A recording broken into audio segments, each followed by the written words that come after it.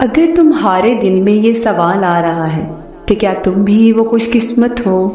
جس کی من چاہی چیز کو اللہ بہت جلد اس کا مقدر بنانے والا ہے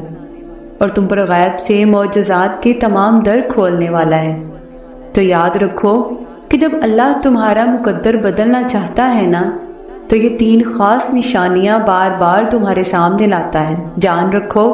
محبتیں، لوگ، ترجیحات، یہاں تک کہ مقدر بھی بدل جایا کرتے ہیں۔ اور جانتے ہو کہ وہ کون سی 3 خاص نشانیاں ہیں جو ظاہر کرتی ہیں کہ اللہ تمہاری منچاہی چیز کو تمہارا مقدر بنانے والا ہے؟ تو ان میں سے پہلی نشانی تو یہ ہے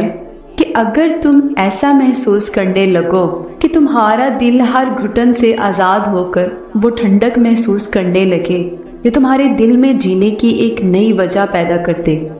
اور تم سچی خدا ترسی اور خلق خدا سے حسن سلوک جیسی اعلیٰ صفات سے چڑھنے لگو، تو سمجھ لو کہ اللہ ان قریب تم پر خوش قسمتی کے تمام دروازے کھولنے والا ہے۔ اللہ تعالیٰ خود قرآن پاک میں فرماتا ہے، اور جو شخص اپنے آپ کو اللہ کا فرما بردار بنا لے اور وہ نیکوکار بھی ہو تو ان کے لیے یقیناً ایسا اجر ہے جس کا سلسلہ کبھی ٹوٹنے والا نہیں، اور ایسے لوگوں کو نہ کوئی خوف ہوگا اور نہ وہ غمگین ہوں گے۔ تمہارا مقدر بدلنے کی دوسری نشانی تو یہ بھی ہے کہ جب تمہارا صبر اس انتہا پر لے آئے کہ طاقت اور اختیار ہونے کے باوجود تم سن کر انسنا اور دیکھ کر اندیکھا کرنے لگو، اور بولنے کی چاہ ہونے کے باوجود بھی چپ ہو جاتے ہو، تو جان رکھو کہ تمہاری طاقت کی یہ بے بسی اور برداشت کا یہ رویہ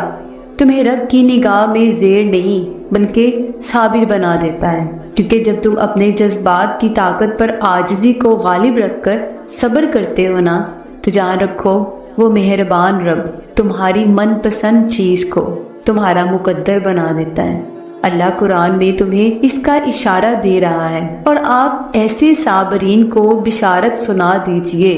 کہ ان پر جب کوئی مصیبت پڑتی ہے تو وہ کہتے ہیں کہ ہم تو اللہ ہی کے ہیں اور ہم سب اسی کے پاس جانے والے ہیں۔ ان لوگوں پر خاص رحمتیں بھی ان کے پروردگار کی طرف سے ہوں گی، ہم بھی وہ لوگ ہیں جن کی رسائی ہوگی۔ یاد رکھو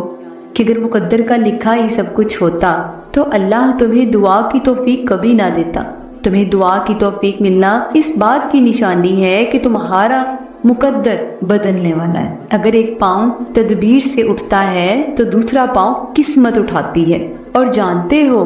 کہ وہ کون لوگ ہیں جو اپنی قسمت میں اپنی من پسند چیزوں کو لکھوا لیتے ہیں؟ تو یاد رکھو کہ وہ لوگ جو مضبوط سوچ کو پروان چڑھاتے ہیں اور برے سے برے حالات میں بھی اللہ کی رحمت کے امیدوار بنے رہتے ہیں، یہی وہ خوش قسمت لوگ ہیں جو اپنی قسمت میں اپنی من پسند چیز کو لکھوا لیتے ہیں۔ اللہ فرماتا ہے،